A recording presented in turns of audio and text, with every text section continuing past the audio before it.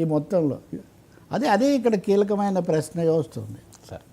Sir R Narayanamurthy shocking comments. AP ప్రభుత్వం cinema అవార్డులు ఇవ్వాలనే అంశం, అలాగే పవన్ కళ్యాణ్ గారిని కందుల దుర్గేష్ని కూడా ఆయన మాట్లాడడం, ఇది బాగా వైరల్ అవుతున్న వీడియో. ఇది కూడా అండి, ఇప్పుడు నారాయణమూర్తి అంటేనే ఆయన పాట, ఆయన ఎర్రజెండ ఎన్నియలు, ఆ పాటలు అవి బాగా ఉత్సాహపడే వాళ్ళు ఉంటారు. ఏదైనా ఆయన ఒక వేరే జోనర్. అవును, పవన్ కళ్యాణ్ కూడా చాలా ఇష్టపడతాడు. ఇదంతా జరిగేది.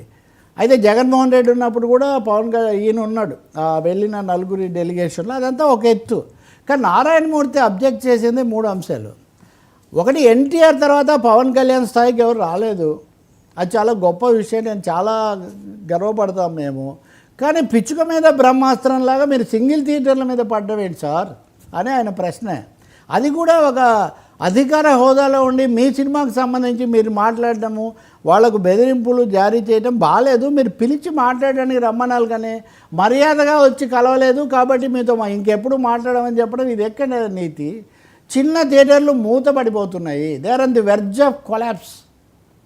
అసలు థియేటర్లు అనేవి ఇంకా ఉండక అంతరించిపోతూ ఉంటే వాటిని రక్షించడానికి వాళ్ళేదో ఒక ఒత్తిడి తేవడానికి ఒక మాట మాట్లాడితే, మీకెవరో చెప్తే నా సినిమానే ఇలా చేస్తారు అన్న పద్ధతిలో చాలా పొరపాటు చేస్తున్నారు మీరు.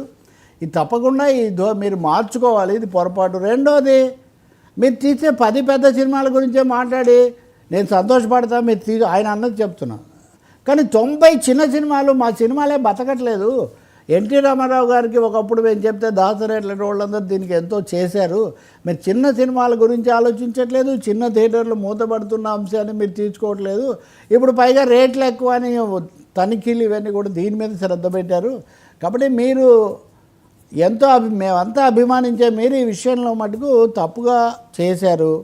రెండోది, ఇది అవగానే ఇంకా ఎవరు మిత్రుడు నటి కుమార్ ఇదంతా ఏది మీరు జగన్ ఉన్నప్పుడు జగన్ చంద్రబాబు ఏదొచ్చినా ఏదో అక్కడే సంధిగా తెల్లారాల్సిందని, ఏ ఇష్యూ వచ్చినా జగన్ వర్సెస్ పవన్ వర్సెస్ చంద్రబాబు, అది కాదు కదా. ఇక్కడ cinema industry small theatres versus malls, small cinema versus pan India cinemas, అది ఇక్కడ చర్చ. సో నారాయణమూర్తి ఒక వాయిస్ చాలా గట్టిగా చెప్పాల్సిన వాయిస్ ఒకటి చెప్పాడు. అందుకే ఆయనకు కావాల్సినంత సంఘీభావం కూడా వచ్చింది. మనం మాట్లాడినప్పుడు కూడా వచ్చింది. నిజానికి మనం మొదట్లో మాట్లాడాం. అట్లాంటి పవన్ కళ్యాణ్ నుంచి ఆ విధమైన సుహృద్భావపూర్వకమైన సూచన ఏదైనా వస్తే చాలా బాగుంటుంది. దీనికి సుఖాంతం చేయడం, ఇప్పుడు ఇంకా సుఖాంతం కాలేదు కదా, తనిఖీలే సాగుతున్నాయి. కందుల దుర్గేష్ అయినా కానీ ఆ విషయంలో చొరవ తీసుకొని నారాయణమూర్తి మాటల తర్వాత అయినా చక్కదిద్దాలి. ఎందుకంటే రాజకీయంగా కొన్ని వర్గాలు, నేను ఇందాక అన్నట్టు నారాయణమూర్తి అట్లా మాట్లాడాడు, అది ఇది అని ఆయన మీద దాడి. ఇప్పుడు ఎవడు మాట్లాడితే వాడి మీద దాడి అంటే అది చర్చ ఎక్కడికి దారి తీస్తుందండి? అది అన్యాయం అయినటువంటి ఒక విషయం ఇది. అవార్డుల మీద కూడా అంతే. ప్రతిదాన్ని అండి, ఇప్పుడు రేవంత్ రెడ్డి ప్రభుత్వం అవార్డులు ఇచ్చింది అందరికీ వీలైనంత, వెంటనే ఇవి తెలంగాణకు అన్యాయం అని ఒక సెక్షన్.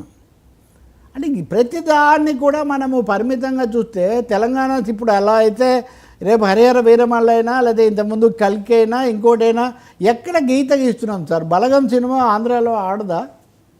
అవును. ఉదాహరణకు ఫిదా సినిమా వచ్చిండే మెల్లగా వచ్చిండే అని వాళ్ళు మాట్లాడలేదా? లేకపోతే మన సీతమ్మ వాకిట్లో సిరిమల్లె చెట్లు లాంటి సినిమాల్లో అటు రేలంగిలో ఉన్న గోదావరి సంస్కృతి, ఇక్కడ హైటెక్ సిటీ సంస్కృతి కలిపి చూపలేదా? కాబట్టి ఎక్కడెక్కడికో తీసిపోతున్నారు. ఈ వివాదాలు పెంచడం అన్నది మటుకు బాలేదు.